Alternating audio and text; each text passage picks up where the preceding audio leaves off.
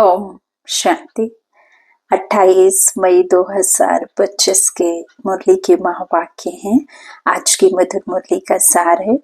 बाबा ने कहा, मीठे बच्चे, अभी ड्रामा का चक्र पूरा होता है। तुम्हें शीरखंड बनकर नई दुनिया में आना है। वहाँ सब शीरखंड हैं, यहाँ लून पानी है।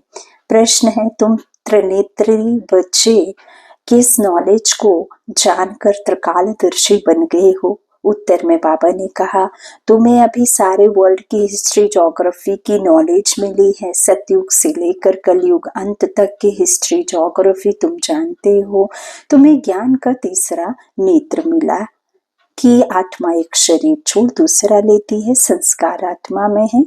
अब बाप कहते हैं, बच्चे नाम रूप से न्यारा बनो, अपने को आत्मा अशरीरी समझो। गीत है धीरज धर्मन्वा।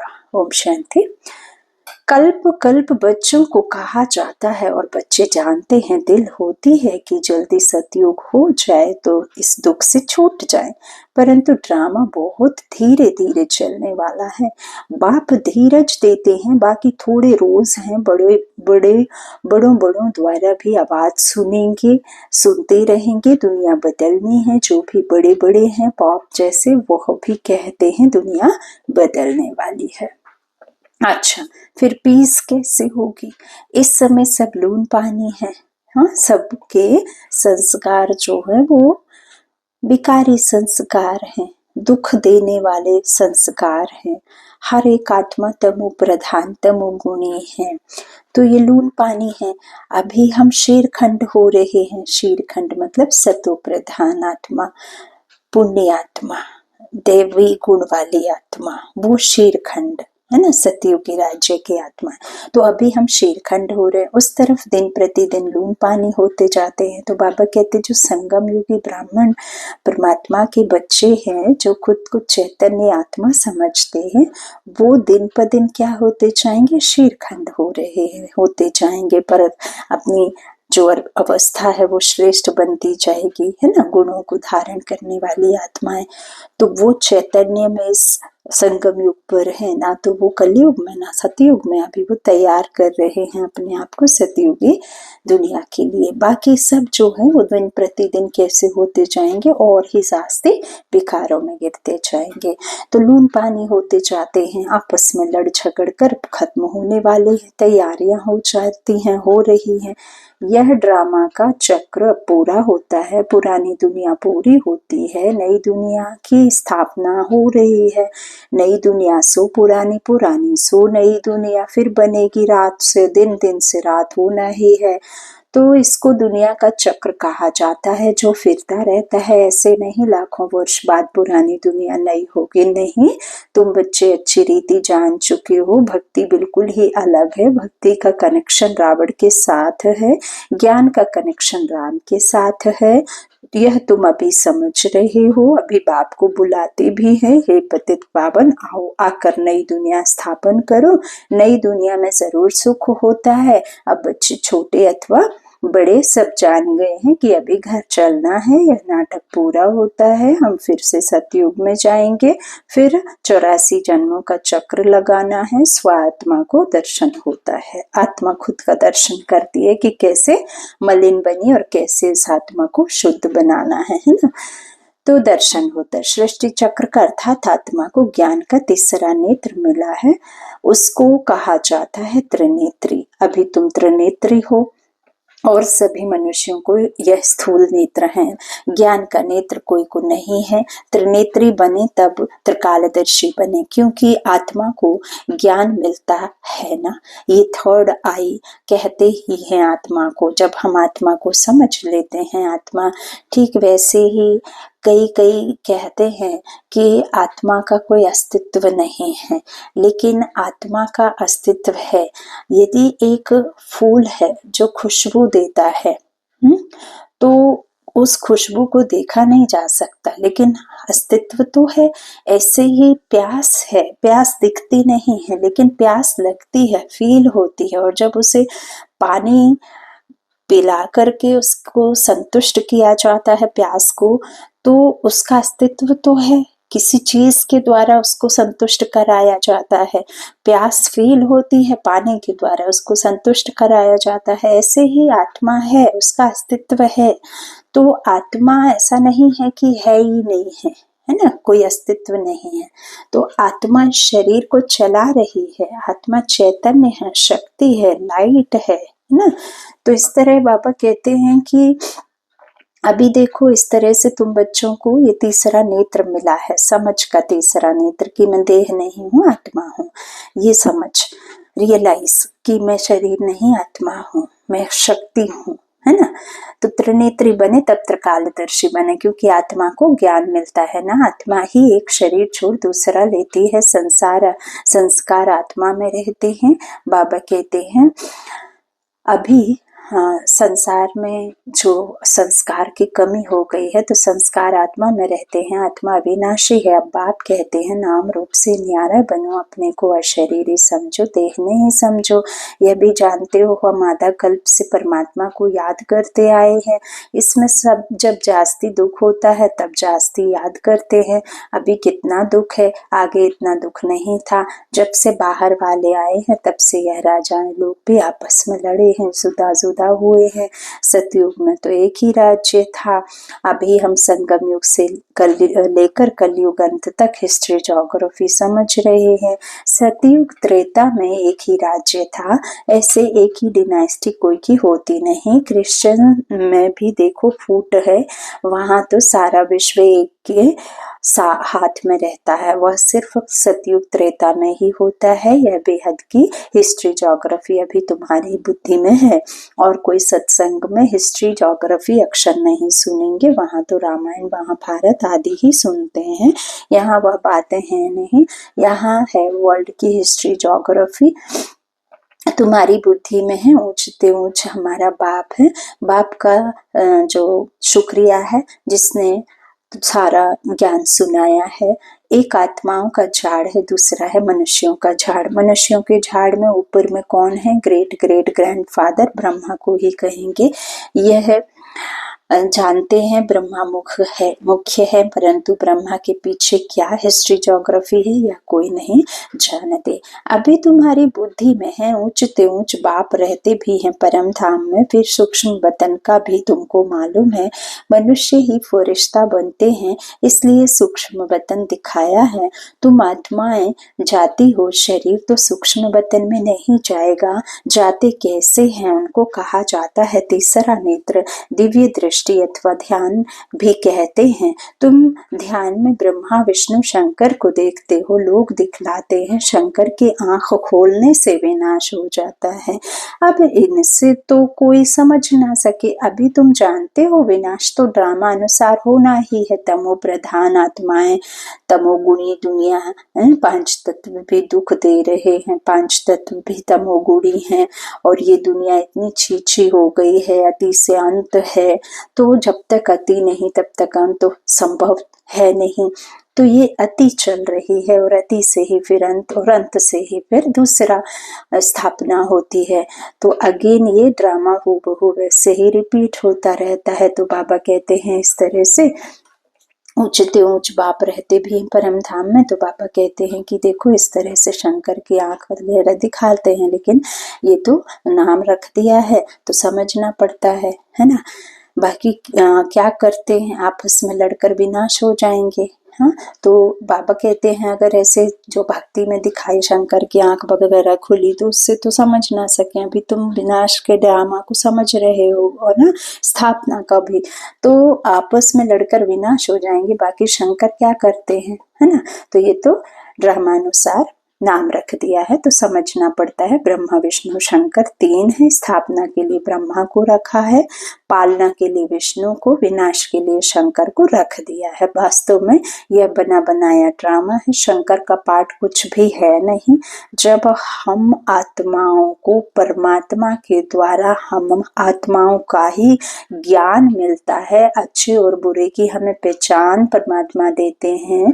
तो ज्ञान और अज्ञान किस बात का कि हम हम जिस दुनिया में अभी थे वो अज्ञान है, वो झूठी है, वो असत्य है, क्योंकि हमने देह, इस काया को ही हमने अपना समझा। ये झूठी देह है, ये झूठा संसार है, काम क्रोध मोह लोभ अहंकार की ये दुनिया है, ये विषय वैतरणी नदी है ना। तो ये झूठी माया, झूठी काया, झूठा सब संसार, तो ये जो बेसार की दुनिया है, जब हमें परमात्मा आकर के बताते हैं कि तुम असल में आत्मा हो और तुम सच्ची दुनिया के मालिक हो, और तुम्हारी आत्मा के अंदर जो समाई हुई शक्तियां थी वो तुम्हारी असली गुण हैं, ये देह तुम्हारी नहीं है, ये देह और देह के संबंधों में तुम गिरे हो, दुखी हुए हो। तो जब हमें इस बात की समझ आती है तो हम अपने विकारों को, 5 विकारों को परमात्मा की याद से दग्ध करते हैं, अर्थात परमात्मा की याद से हम अपनी आत्मा को शुद्ध करते हैं। इसे कहते हैं त्रिनेत्र, अर्थात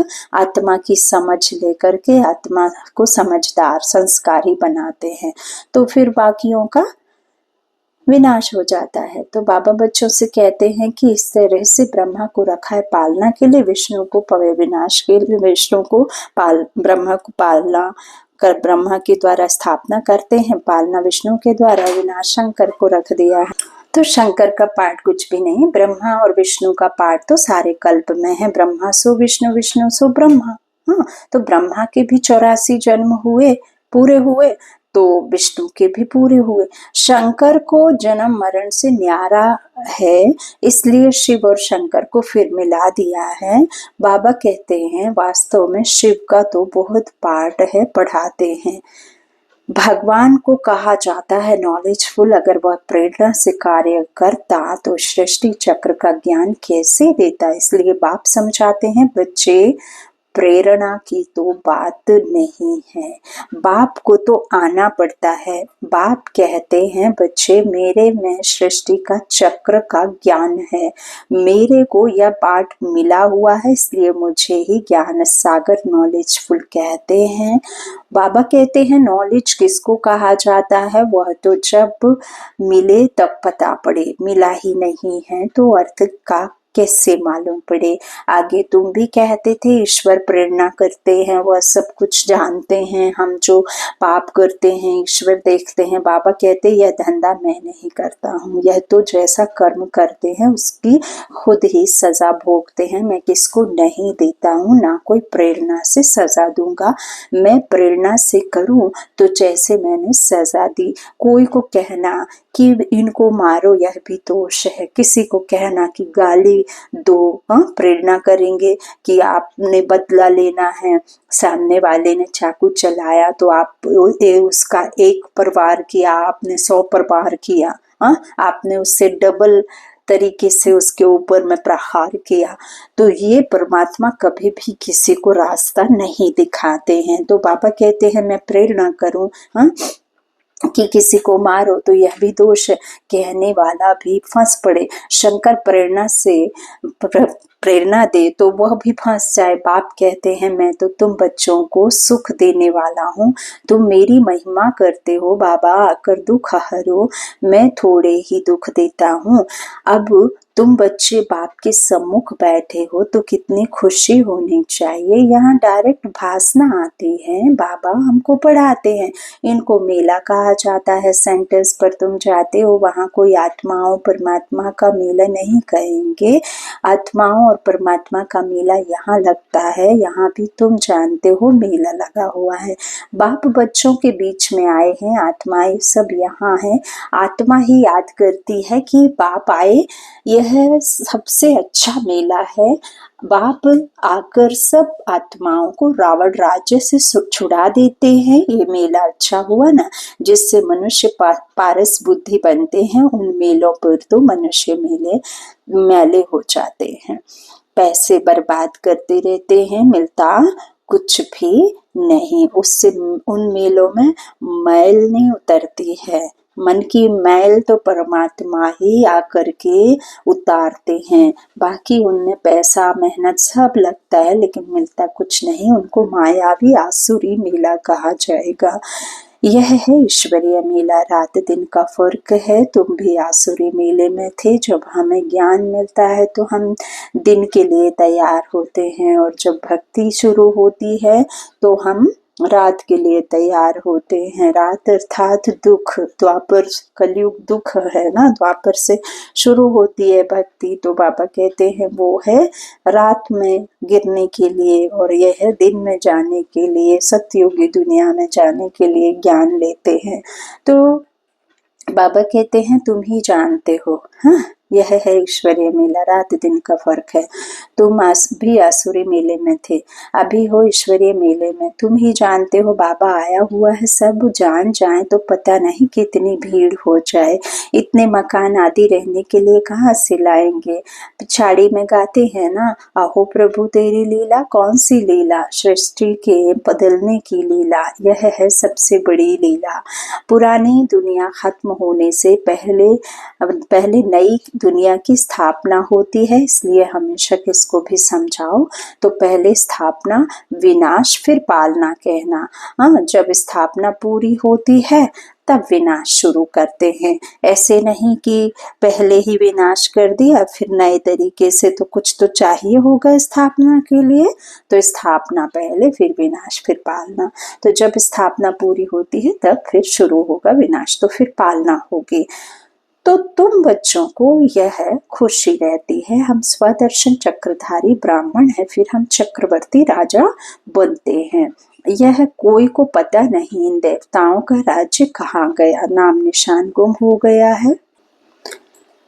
फिर पालना होगी, तो तुम बच्चों को ये खुशी रहती है, हम स्वदर्शन चक्रधारी ब्राह्मण हैं, फिर हम चक्रवर्ती राजा बनते हैं। यह कोई को पता नहीं इन देवताओं का राज्य कहाँ गया, नाम निशान गुम हो जाता है। देवता के बदले अपने को हिंदू कह देते हैं, हिंदुस्तान में रहने वाले हिंदू हैं। लक्ष्मी नारायण को तो ऐसे कभी नहीं कहेंगे, उनको तो देवता कहा जाता है। तो अब इस मेले में ड्रामा अनुसार तुम आए हो, यह ड्रामा में नोंद है, धीरे धीरे वृद्धि होती रहेगी। तुम्हारा जो कुछ पाठ चल रहा है फिर कल्प बाद चलेगा। यह चक्र फिरता रहता है। फिर रावण राज्य में आसुरी पालना होगी। तुम अब ईश्वरीय बच्चे हो, फिर देवी बच्चे, फिर क्षत्रिय बनेंगे। तुम जो अपवित्र प्रवृत्ति वाले बन गए थे सो फिर पवित्र प्रवृत्ति वाले बनते हो हैं। तो यह भी देवी गुण वाले मनुष्य ना, देवी गुण वाले मनुष्य हैं। वो भी ऐसे तो नहीं कि देवी देवता चार हाथ वाले या किसी तरह से शस्त्र लेकर के हाथ में रहे होंगे, नहीं, हम जैसे ही, सिर्फ आत्मा उनकी देवत्व वाली, देवी गुण वाली, और ये आसुरी वाली। तो इसे रावण कह दिया, उसे देवी देवता कह दिया, तो ये पुरानी वो नई। तो बाबा कहते हैं वो भी आप जैसे ही मनुष्य थे, लेकिन देवी गुण वाले। बाकी इतनी भुजाएं आदि दे दी हैं, विष्णु कौन है यह कोई बता ना सके। महालक्ष्मी की भी पूजा करते हैं, जगदम्बा से कभी धन नहीं मांगते। धन जास्ती मिल गया तो कहेंगे लक्ष्मी की पूजा की, इसलिए उसने भंडारा भर दिया। यहाँ तो तुम जगत अम्बा से पा रहे हो, परमपिता परमात्मा शिव द्वारा देने वाला वह है। तुम बच्चे बाप दादा से भी लकी हो। देखो जगदम्बा का कितना मेला लगता है, ब्रह्मा का इतना नहीं। ब्रह्मा को तो एक ही जगह बिठा दिया है। अजमेर में बड़ा मंदिर है, देवियों के मंदिर बहुत हैं, क्योंकि इस समय तुम्हारी बहुत महिमा है, क्योंकि इस समय सबको शक्तियां चाहिए और देवियां शक्ति के ही प्रतीक है। तो देवी को पूजा जाता है शक्तियों के लिए। तो अभी इस संसार में सिर्फ और सिर्फ शक्तियों की ही कमी है। तो तुम भारत की सेवा करते हो, पूजा भी तुम्हारी जास्ती होती है। तुम लकी हो, जगदम्बा के लिए ऐसे कभी नहीं कहेंगे कि वह सर्वव्यापी है। तुम्हारी महिमा होती रहती है। ब्रह्मा विष्णु शंकर को भी सर्वव्यापी नहीं कहते, मुझे कह देते कण कण में है। कितनी ग्लानि करते हैं तुम्हारी, मैं कितनी महिमा बढ़ाता हूँ। भारत माता की जय कहते हैं ना। भारत माता तो तुम हो ना, धरनी नहीं। धरनी आदि जो अब तमो प्रधान है, सतयुग में सतो प्रधान हो जाती है। इसलिए कहते हैं देवताओं के पैर पतित दुनिया में नहीं आते हैं, जब तमो सतो प्रधान धरनी होती है तब आते हैं। अभी तुमको सतो प्रधान बनना है, श्रीमत पर चलते बाप को याद करते रहेंगे तो उच्च पद पाएंगे। यह ख्याल रहना है, याद करेंगे तो विकर्म विनाश होंगे। श्रीमत मिलती रहती है, सतयुग में तो तुम्हारी आत्मा पवित्र कंचन हो जाती है तो शरीर भी कंचन मिलता है। सोने में खाद पड़ती है तो फिर जेवर भी ऐसा बनता है। आत्मा झूठी तो शरीर भी झूठा। खाद पड़ने से सोने का मूल्य भी कम हो जाता है। तुम्हारा मूल्य अब कुछ भी नहीं है। पहले तुम विश्व के मालिक 24 कैरेट थे, अभी 9 कैरेट कहेंगे। यह बाप बच्चों से रूह रिहान करते हैं, बच्चों को बैठ बहलाते हैं। जो तुम सुनते सुनते चेंज हो जाते हो, मनुष्य से देवता बन जाते हो। वहाँ हीरे जवाहरातों के महल होंगे। स्वर्ग तो फिर क्या, वहाँ के शूबी रस आदि भी तुम पीकर आते हो। वहाँ के फल ही इतने मीठे और इतने बड़े बड़े होते हैं, यहाँ तो मिल ना सके। सूक्ष्म बदर में तो कुछ है नहीं, अभी तुम प्रैक्टिकल में जाते हो। यह है आत्मा और परमात्मा का मेला, इनसे तुम उज्जवल बनते हो। तुम बच्चे जब यहाँ आते हो तो फ्री हो, घर बार धंधे आदि का कोई फुरना नहीं है, तो यहाँ तुमको याद की यात्रा में रहने का चांस अच्छा है। वहाँ तो घर घाट आदि याद आता रहेगा, यहाँ तो कुछ है नहीं। रात को 2 बजे उठकर यहाँ बैठ जाओ। बाबा अपने मधुबन की बात कह रहे हैं। सेंटर्स पर तो रात को तुम जा नहीं सकते, तो यहाँ बाबा आज मुरली में अपने सम्मुख बैठे बच्चों से बात कर रहे हैं, और जो मधुबन निवासी और मधुबन जाकर के बाबा के से मिलन मनाते हैं, वो आज बाबा मुरली में कह रहे हैं। सेंटर्स पर तो एक लिमिट टाइम, पंक्चुअल टाइम होता है, वहाँ का टाइम बंधा हुआ होता है, आप वहाँ रह नहीं सकते हो, है ना। तो बाबा कहते सेंटर्स पर तो रात को तुम नहीं जा सकते, यहाँ तो सहज है। शिव बाबा की याद में आकर बैठो, ना आपके कोई धंधा धोरी ना कुछ है। हाँ, आराम से बैठो, खाओ और सो जाओ और फिर याद में बैठ जाओ। और तो कोई याद यहाँ आए ना कोई, तो यहाँ तुमको मदद भी मिलेगी। सवेरे जल्दी सो जाओ, फिर सवेरे उठो, 3 से 5 बजे तक आकर बैठो। बाबा भी आ जाएंगे, बच्चे खुश होंगे। बाबा है योग सिखलाने वाला और यह भी सीखने वाला है, तो दोनों बाप और दादा इकट्ठे है ना। बाप और दादा आ जाएंगे फिर, और वहाँ योग में बैठने के फर्क का भी पता पड़ेगा। यहाँ कुछ भी याद नहीं पड़ेगा, इसमें फायदा बहुत है। बाबा राय देते हैं, यह बहुत अच्छा हो सकता है। अब देखें, बच्चे उठ जा सकते हैं, कईयों को सवेरे उठने का अभ्यास है। तुम्हारा संन्यास है 5 विकारों का और वैराग्य है सारी पुरानी दुनिया से। अच्छा, मीठे मीठे से खिलते बच्चों प्रति माता पिता बाप दादा का याद प्यार और गुड मॉर्निंग। रूहानी बाप की रूहानी बच्चों को नमस्ते। हम रूहानी बच्चों की रूहानी माता पिता बाप दादा को याद प्यार और गुड मॉर्निंग। शुक्रिया बाबा, शुक्रिया। धारणा के लिए मुख्य सार है। पहला, बाबा ने कहा अभी सृष्टि बदलने की लीला चल रही है, इसलिए स्वयं को बदलना है, शीरखंड होकर रहना है। दूसरा, सवेरे उठकर एक बाप की याद में बैठना है, उस समय और कोई भी याद ना आए। पुरानी दुनिया से बेहद का वैरागी बन 5 विकारों का संन्यास करना है। वरदान, बेहद की स्थिति में स्थित रह सेवा के लगाव से न्यारे और प्यारे विश्व सेवाधारी भाव। विश्व सेवाधारी अर्थात बेहद की स्थिति में स्थित रहने वाले। ऐसे सेवाधारी सेवा करते हुए भी न्यारे और सदा बाप के प्यारे रहते हैं। सेवा के लगाव में नहीं आते, क्योंकि सेवा का लगाव भी सोने की जंजीर है। यह बंधन बेहद से हद में ले आता है, इसलिए देह की स्मृति से, ईश्वरीय संबंध से, सेवा के साधनों के लगाव से न्यारे और बाप के प्यारे बनो, तो विश्व सेवाधारी का वरदान प्राप्त हो जाएगा और सदा सफलता मिलती रहेगी। स्लोगन है, व्यर्थ संकल्पों को 1 सेकंड में स्टॉप करने की रिहर्सल करो तो शक्तिशाली बन जाएंगे। अव्यक्तिशाली रूहानी रॉयल्टी और प्यूरिटी की पर्सनालिटी धारण करो।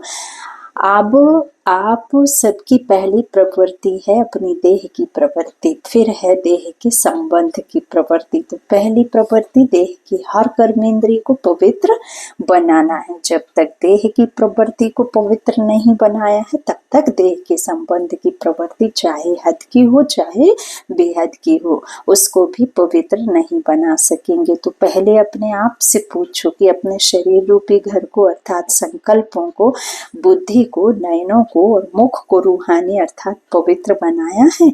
ऐसी पवित्र आत्माएं ही महान है। अच्छा, ओम शांति।